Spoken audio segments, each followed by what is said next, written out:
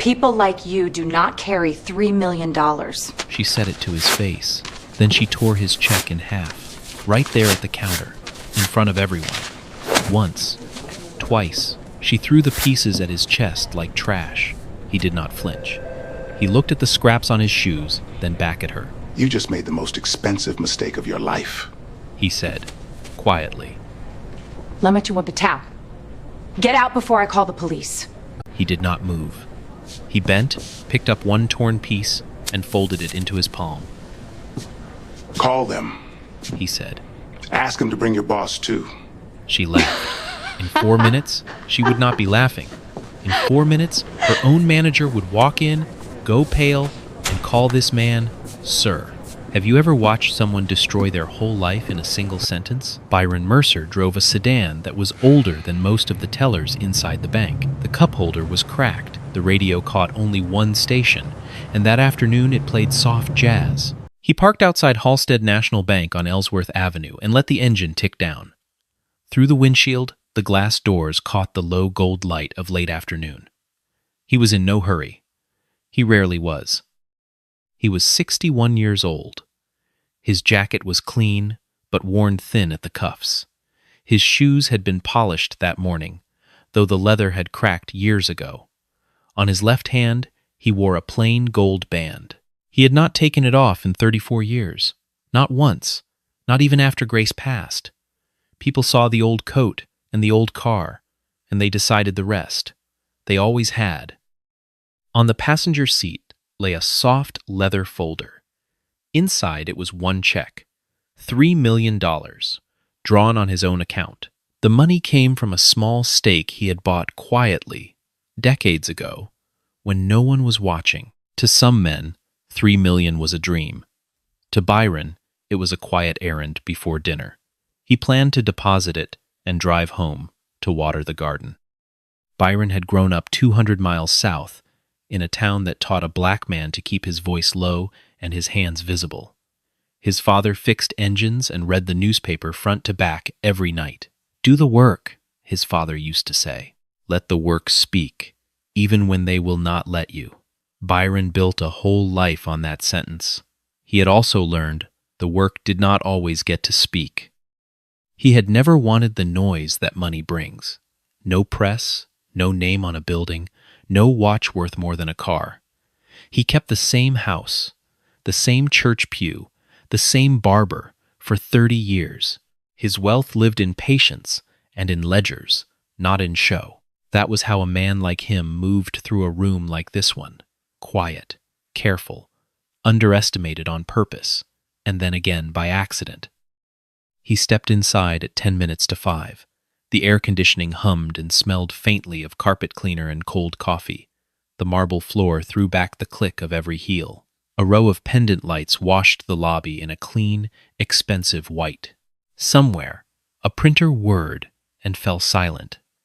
The branch served Maple Hollow, a suburb of clipped lawns and German cars.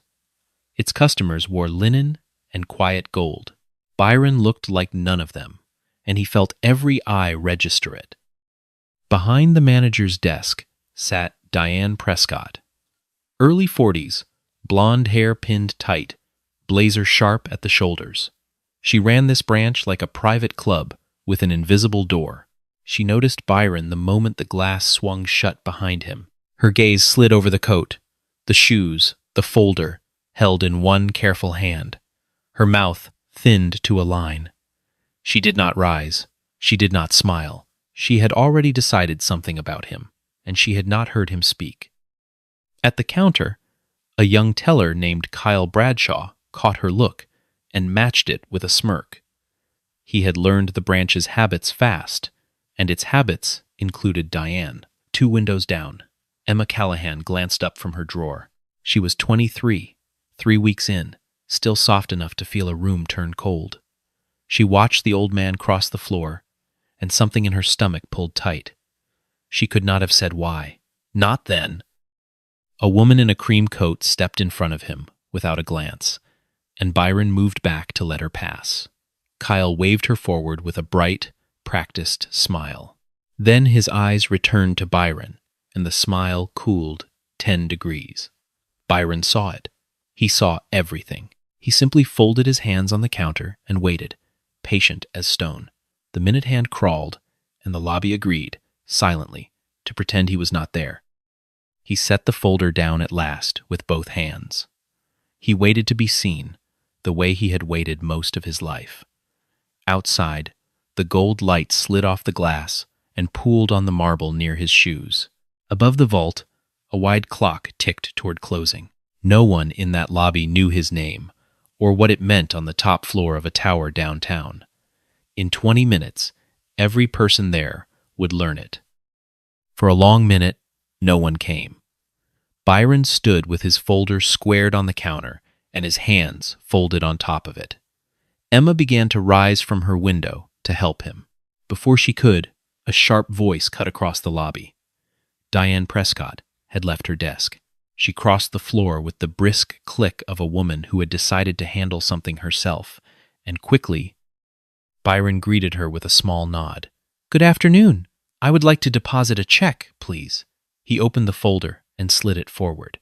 The paper inside was pale green, printed clean, the numbers crisp and dark. Diane did not look at the check. She looked at him instead. At the frayed cuff, the thin shoulders, the calm brown eyes that did not drop away from hers. "A deposit," she repeated, as if the word itself amused her. "Into which account?" "My account. Here, at this branch." He gave the number from memory, steady as a prayer. She typed it in, and something flickered across her screen that she did not expect. Her chin lifted a notch. "And where does a check this size come from?" "The sale of an investment," he said simply. "It cleared through the issuing bank this morning. You are welcome to confirm it right now." She let his words hang in the air, then smiled the way people smile when they have already stopped listening. "Sir, checks like this do not just walk in off the street. Do you have any idea what $3 million looks like to a branch like ours? The same as it looks anywhere?" Byron said. "A number on a page. Please, verify it." "I intend to verify you first," she said. She asked for his driver's license. He gave it. She asked for a second form of identification. He gave that as well, sliding each card across the counter without a word of protest. She held them up to the light, turned them over, frowned at them. "These could be anything," she said. "They are what the state issued me," he answered. Above them, the fluorescent lights buzzed faintly, a thin electric hum under everything. A phone rang twice at an empty desk and then gave up. Kyle drifted over to the next window, arms crossed, mouth curled. "You would be surprised," he said, "to no one and to everyone. How many of these turn out to be fake?" Diane nodded, pleased to have an audience now. "Exactly. We catch fraud in here every single week." An older customer near the ropes chuckled under his breath. "They always try it near closing," he said to his wife, loud enough to carry. She hushed him, but she was smiling. The comment traveled the lobby like a small permission. Now, it was not just Diane against the old man. It was the whole room, nodding along, certain they were watching a criminal get caught. Byron's jaw tightened once, then loosened. He had stood in this exact scene before. A car dealership, 30 years back, when a salesman asked 3 times if he could really afford the truck. A country club that lost his reservation the moment he arrived in person. His father's voice came to him then, low and certain, the way it always did. "Do the work. Let the work speak. Keep your hands where they can see them, and never give them the anger they are hunting for." The check in the folder was not vanity. Byron had sold a piece of a company he helped keep alive through 2 recessions. It now employed 400 people in 3 states. The $3 million was the last of it, set aside for a scholarship fund in Grace's name. He had chosen this branch, her branch once, because it sat close to the cemetery. He had planned to visit her after. None of that showed on his face. Heads turned across the lobby. A man in a golf shirt lowered his coffee and lifted his phone to film. A mother drew her daughter a step closer to her hip. The woman in the cream coat watched over her shoulder with open, casual interest, as if this were television. No one said a word in his defense. In a room full of people, Byron stood completely alone, and every person there felt it and chose the safety of silence. "You can settle this in 30 seconds, Byron said. His voice never rose. "Call the number printed on the check. Ask for the issuing officer by name. Give them the reference code and they will confirm the funds while we stand here." It was a reasonable request, spoken in a reasonable tone. That, more than anything else, seemed to irritate her. Reasonable was not the story she had already written about him in her head. "Let me guess," Diane said, leaning in with a thin, knowing smile. "You came into some money. A settlement, maybe. A relative you barely knew." She said it as though generosity itself turned suspicious when it landed on someone like him. "That is quite a story. You have invented an entire life for me," Byron said, "and you have not gotten a single part of it right." "I am not calling anybody," Diane said. "You do not get to hand me instructions in my own branch." She tapped a few keys, hard. "In fact, I am flagging this account for review. Every dollar in it, frozen, until we know how it really got there." "That account is 30 years old," Byron said. For the first time, a thread of steel slid under the calm. "Be very careful with what you touch." "Is that a threat?" She said it loudly, for the phones and the crowd. "Did everyone hear that?" "He threatened me." "I stated a fact," Byron said. "You are confusing the two." She held the check between two fingers now, away from her body, like something dirty pulled from a drain. "This is going to security, and you can wait for the police out on the sidewalk." She glanced toward the far wall, where a security guard named Travis Boyd leaned by the door with his thumbs in his belt. "Travis," she called, "stay close. I may need you." The guard straightened and took 2 slow steps in.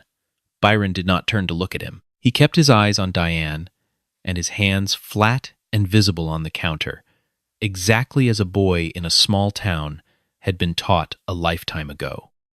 At her window, Emma found her voice, small but there. "Diane, we could just call the issuing bank. It would take 1 minute, and then—" "Emma." The name came down flat and hard as a dropped ledger. "Go count your drawer. Now." The young woman sat, cheeks burning, hands trembling over the cash tray. She looked at Byron and mouthed something like, "Sorry." He answered with the smallest nod. "Not your fault," it said. Diane turned the check over and over, hunting for a flaw she could point to. "Whose name is actually on this?" she demanded. "Because I promise you, it is not going to be yours." "Read it," Byron said quietly.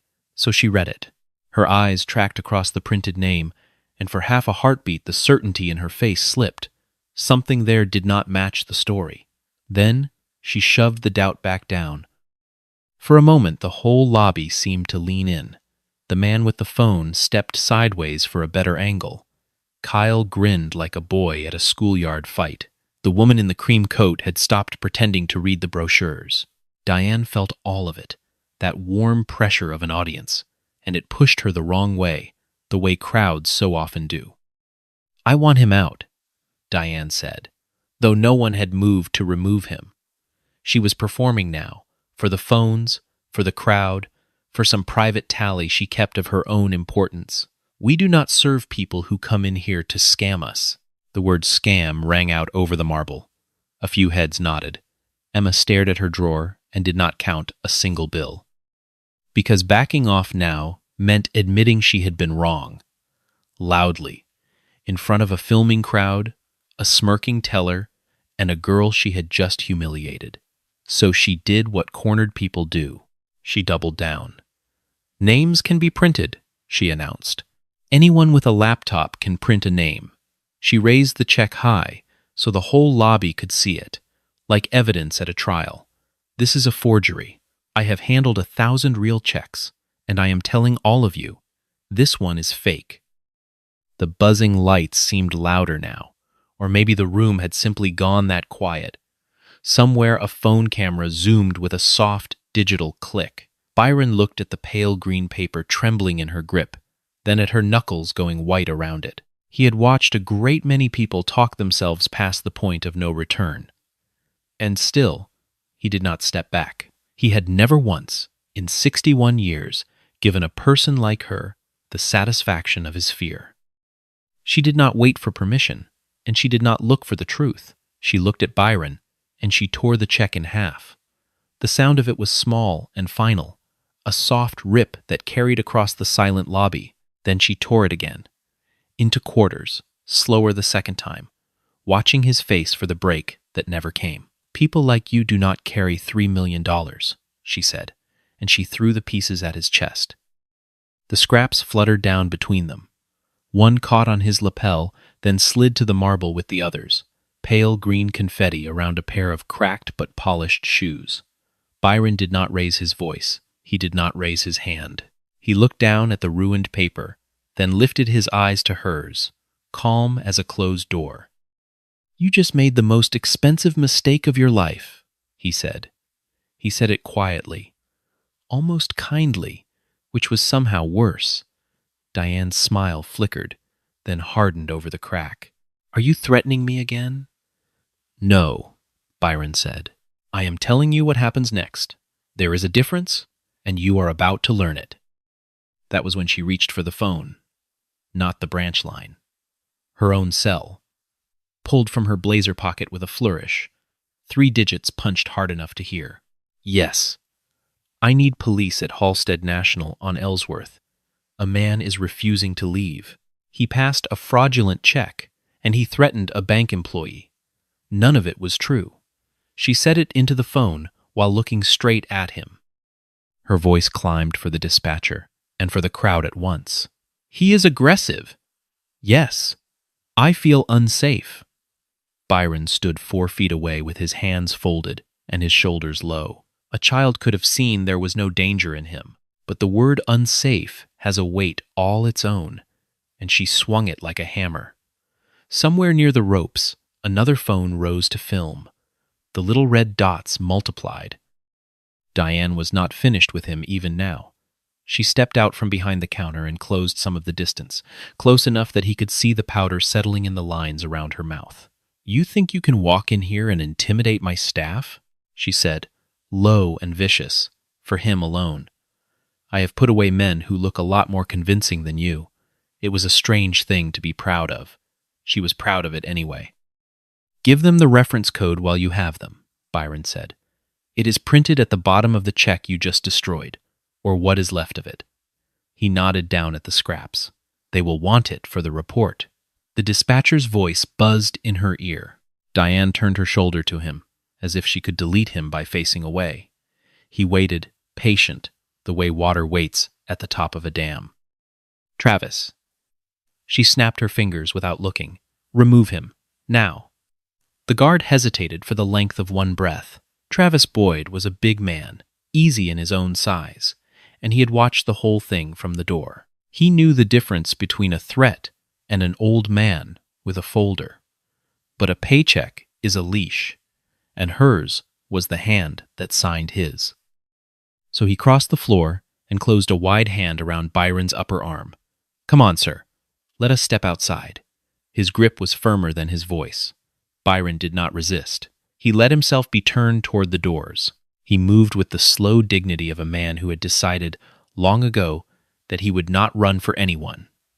But he spoke, low, meant only for the guard.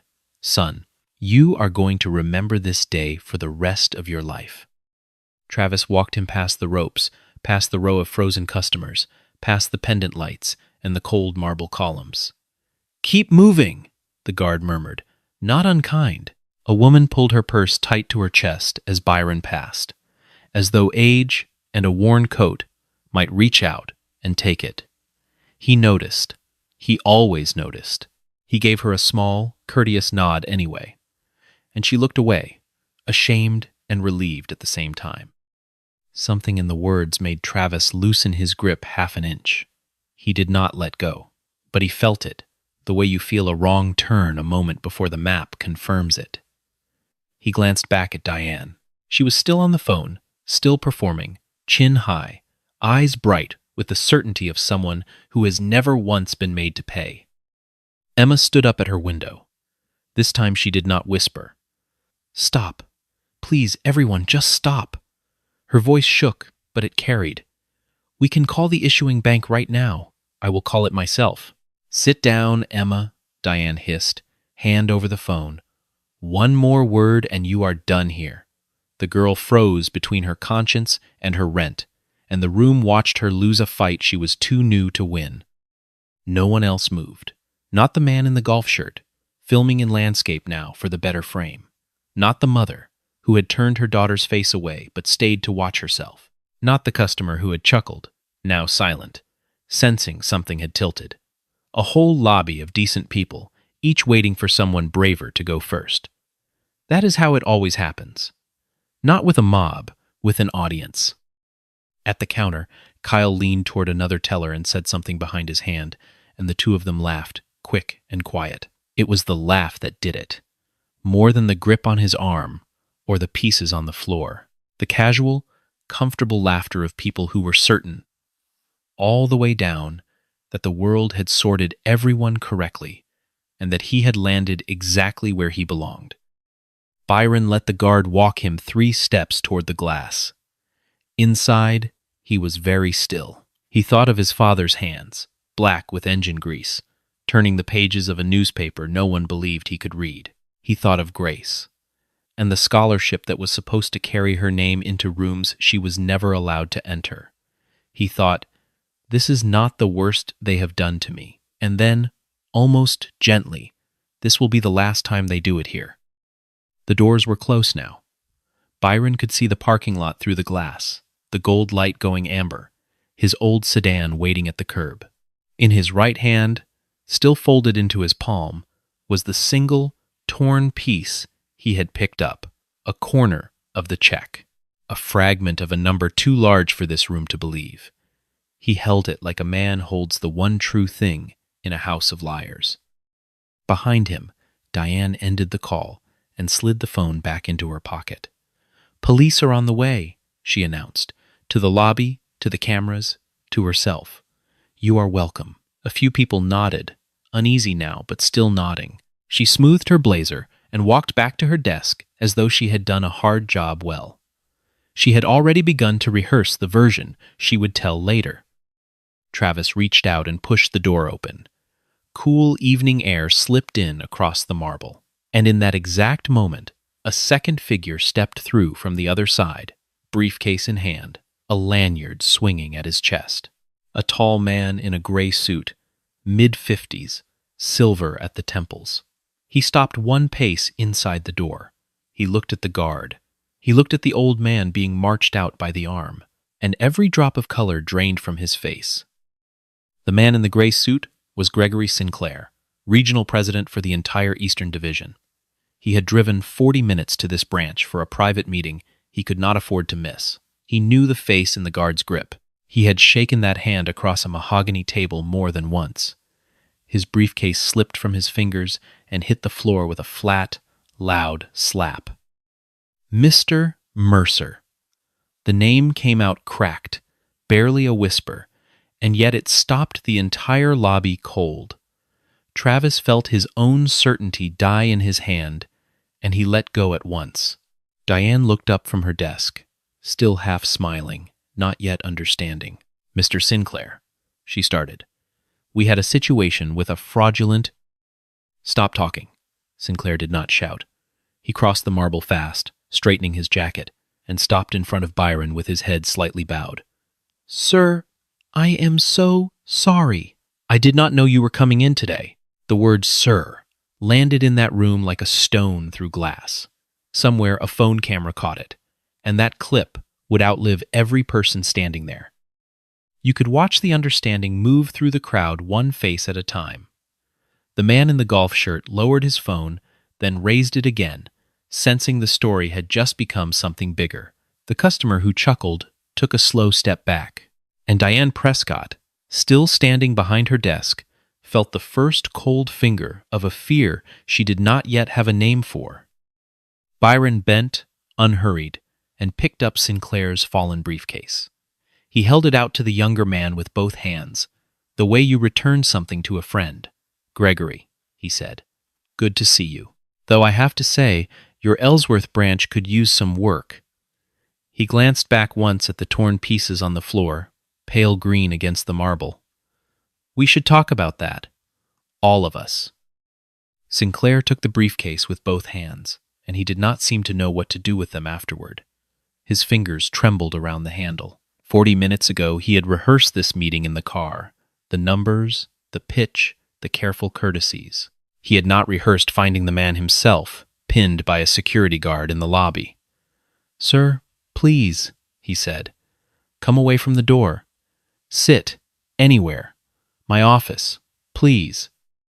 Byron did not move toward the office. He stayed where he was, near the scattered green paper, because leaving now would let the room forget what it had done. Diane came around her desk with a bright, brittle smile, the one she used on auditors. "Gregory, I am so glad you are here. We caught a fraud attempt.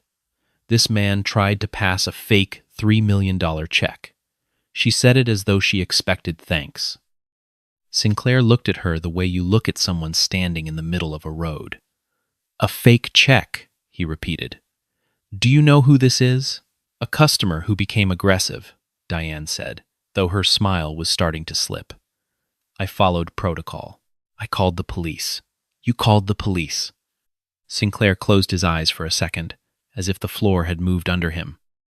"Diane," he said, opening them again, "this is Byron Mercer." The name meant nothing to her, and it showed, so he gave her the rest, slowly, so the whole listening lobby could hear it too. "Mr. Mercer is the founder of Ardent Capital Partners. Ardent is the single largest institutional client this bank has. Not this branch, this bank." He let that sit. "The man you had dragged toward the door holds more of our future in his hands than anyone in this building." The blood was leaving Diane's face now, a slow tide going out. Sinclair was not finished. "We are 3 weeks from closing a $480 million partnership with his fund. I flew our numbers past his analysts myself." He gestured, helpless, at the torn scraps on the marble. "And the $3 million check you just ripped up and threw at him. That was not a scam. That was him, depositing his own money at his own bank." Byron said nothing to correct him, and nothing to soften it.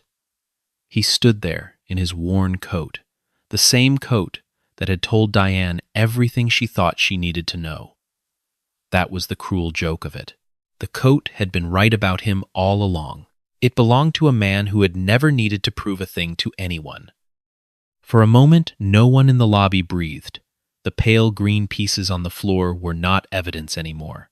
They were a mistake with a number on it, scattered across the marble for everyone to photograph. The man in the golf shirt had stopped narrating to his phone. He was simply filming now, steady, both hands, the way people film a building that has started to fall. "I did not know," Diane said. Her voice had lost its edge and found a thinner one. "He did not say who he was. How was I supposed to know? He came in dressed like that. He did not look like." She stopped, one heartbeat too late. "Like what?" Byron asked. It was the first thing he had said in a while, and the quiet of it cut deeper than a shout. "Finish the sentence. Everyone is listening." She did not finish it.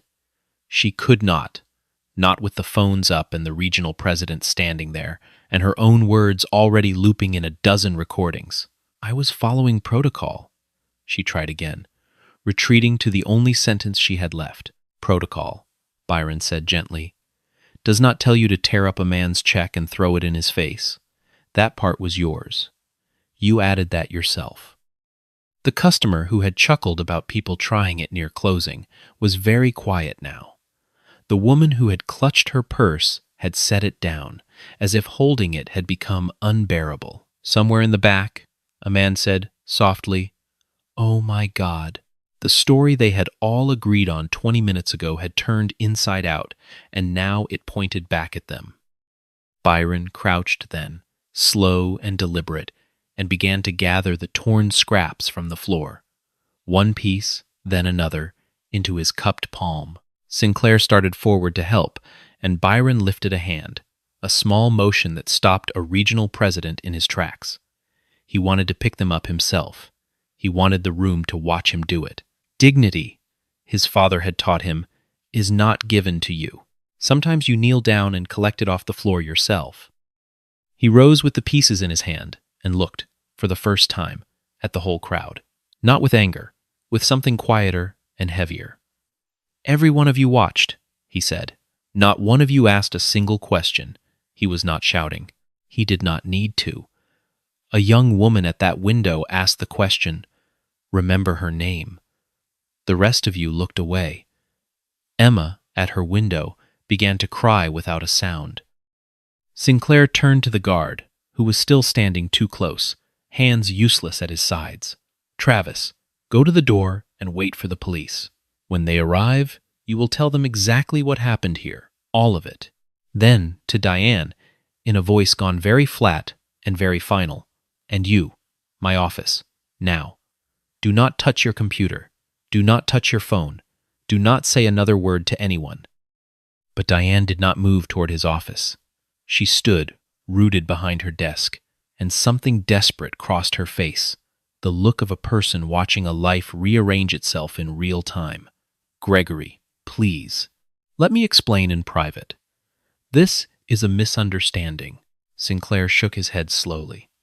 He had already made a decision, and it settled over his features like cold water. "No," he said.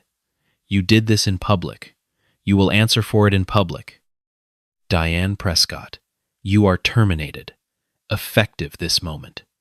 The words dropped flat into the marble quiet. "Hand me your badge and your keys. You will not touch a single file. You will not log into anything. Everything at your station is now part of an investigation." Her mouth opened. "You cannot just—" "I can," Sinclair said. "I am the only person in this building who can, and I am doing it now." For a moment Diane looked around the lobby, searching the faces that had nodded along with her 10 minutes ago. Not one of them met her eyes. The customers who had agreed she was protecting them now studied the floor, the ceiling, their phones.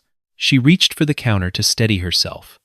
The private club she had run had voted, silently, and she was no longer a member. She had shown the whole room that a person could simply be erased, and now the room was practicing on her. "Travis," Sinclair said, "please walk Miss Prescott out of the building." The same guard, the same wide hand. He crossed to her side, and to his credit, he did it gently. "Ma'am," he said, "this way." Diane stared at the hand on her arm as though she had never seen anything like it, though a man had worn that exact grip beside her only minutes before. The lobby watched her walk the walk she had ordered for someone else. The glass doors opened again, and 2 police officers stepped in, hands near their belts, scanning the room for the aggressive man from the phone call. What they found was a bank gone silent, a regional president in a gray suit, and an old black man holding torn paper in his cupped hand.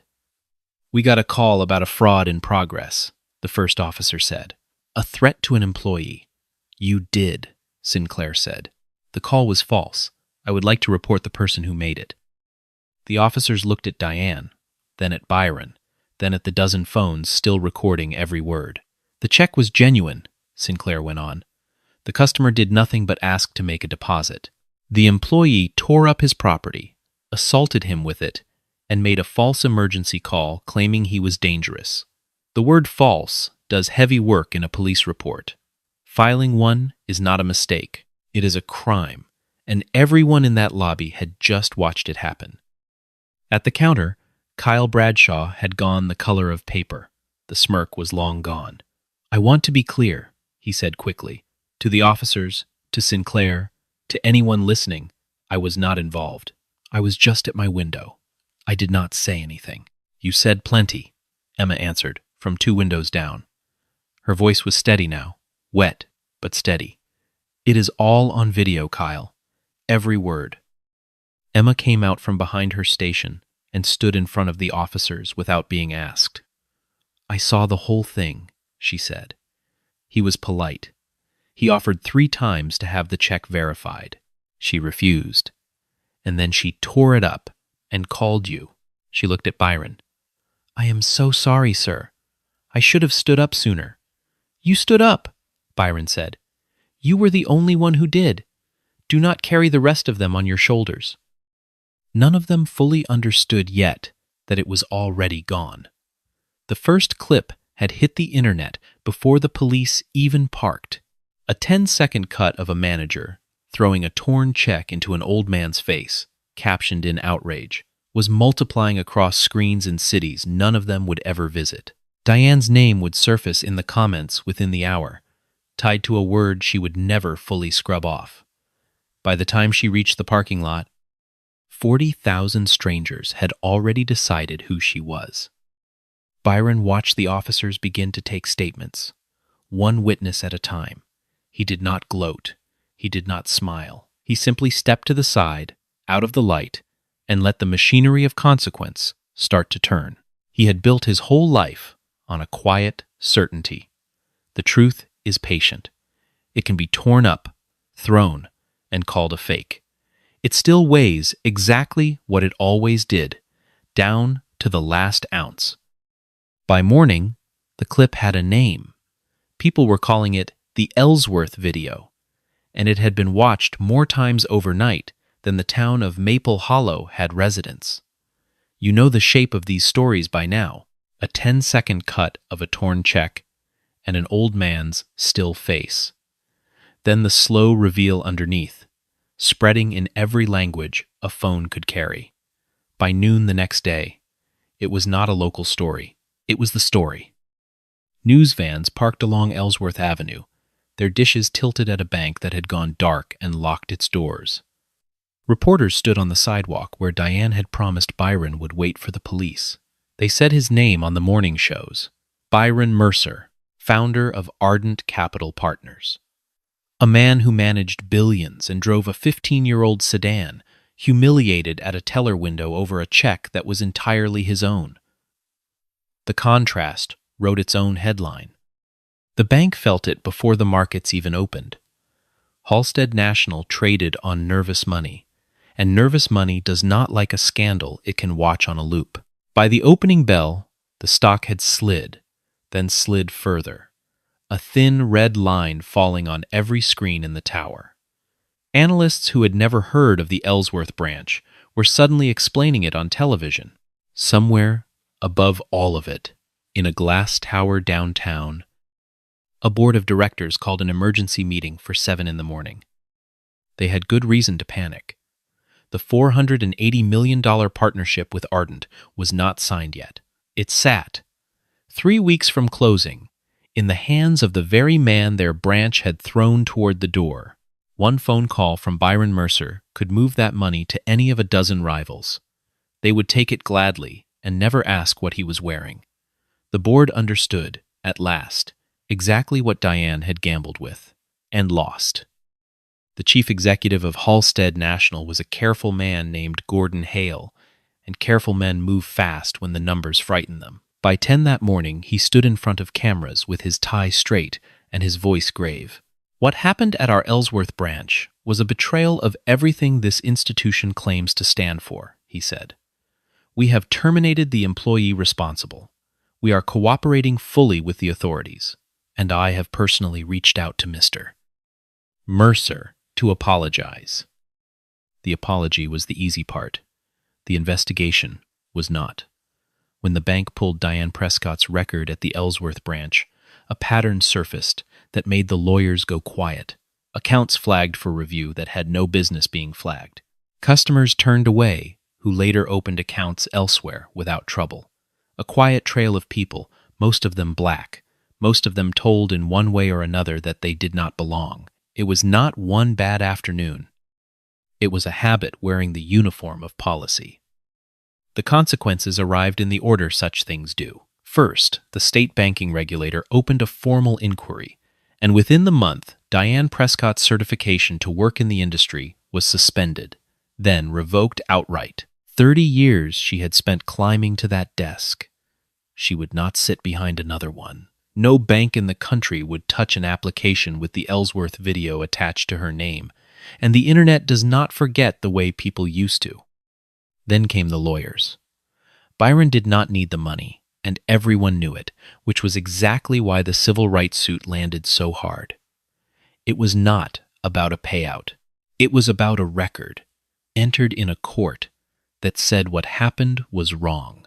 The district attorney filed a separate charge for the false emergency call, the fabricated claim that an innocent man was dangerous.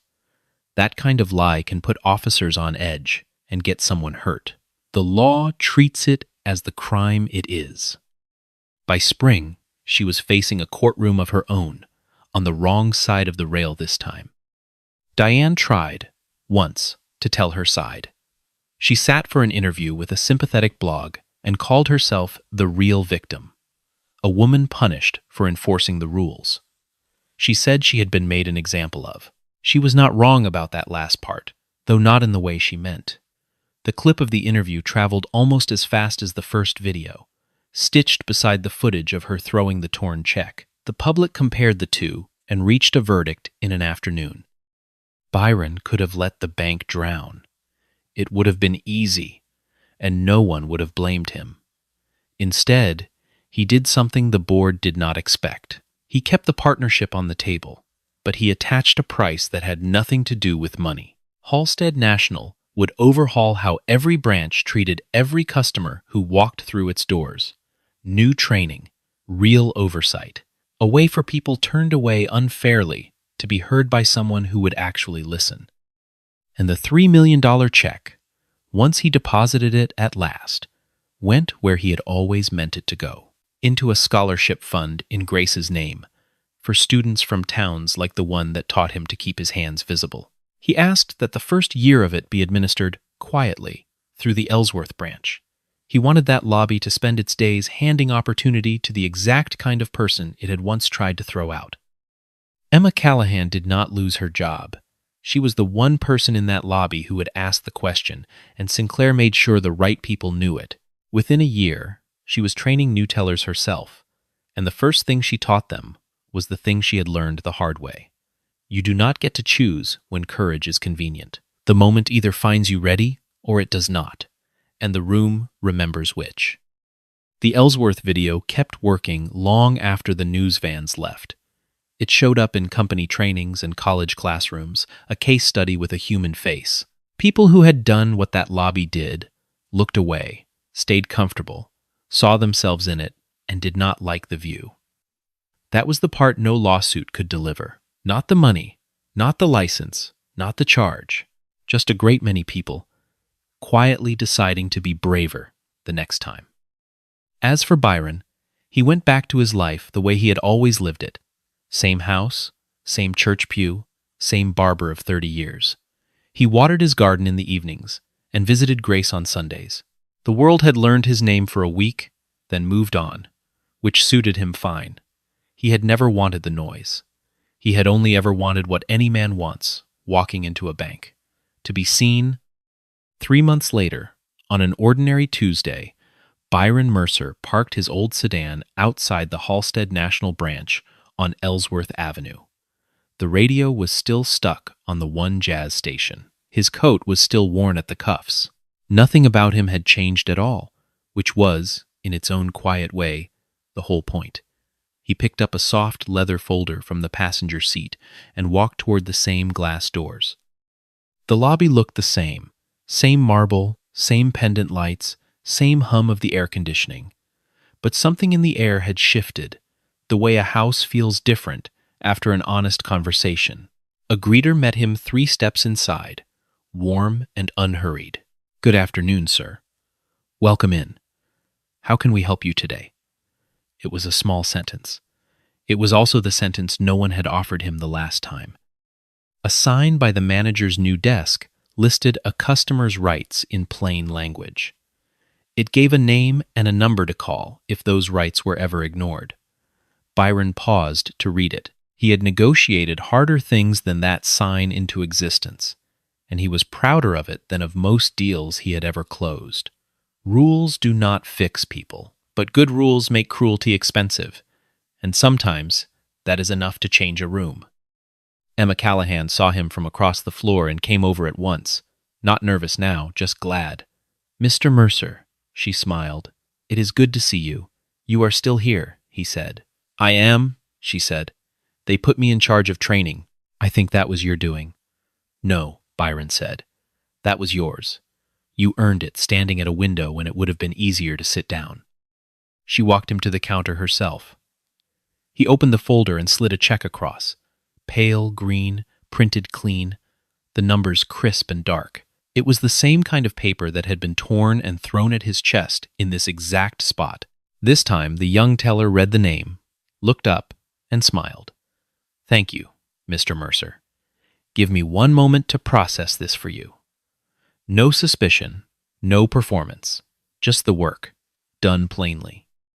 Travis Boyd still worked the door, though he carried himself differently now. He gave Byron a nod that carried more than a nod usually does. On the far wall hung a new plaque, small and plain, naming the scholarship fund that ran out of this branch. A young woman was at the counter that very afternoon, opening her first account. She was exactly the kind of person a manager had once decided did not belong. She belonged. The room made sure she knew it. Gregory Sinclair had kept his word, and then some. The training Byron asked for now ran in every branch in the Eastern Division. Sinclair had sat through the first session himself, in the front row, taking notes like a man determined not to be surprised twice. The $480 million partnership had closed on schedule. It turned out the bank was worth more, not less, once it remembered who its customers were. Byron never watched the whole video. He did not need to. He had lived the 10 seconds that mattered. But he hoped the people who did watch it carried something away. Not anger, something more useful, for the next time they were the only one in a room who saw. When the deposit was done, Byron thanked Emma, tucked the empty folder under his arm, and walked back out into the afternoon light. He had a garden to water and a Sunday visit to plan. Behind him, the branch went on with its ordinary day, a little kinder than it had been the season before. One man had refused to shout and refused to leave until the truth caught up. That is how it usually works, quietly, in the end.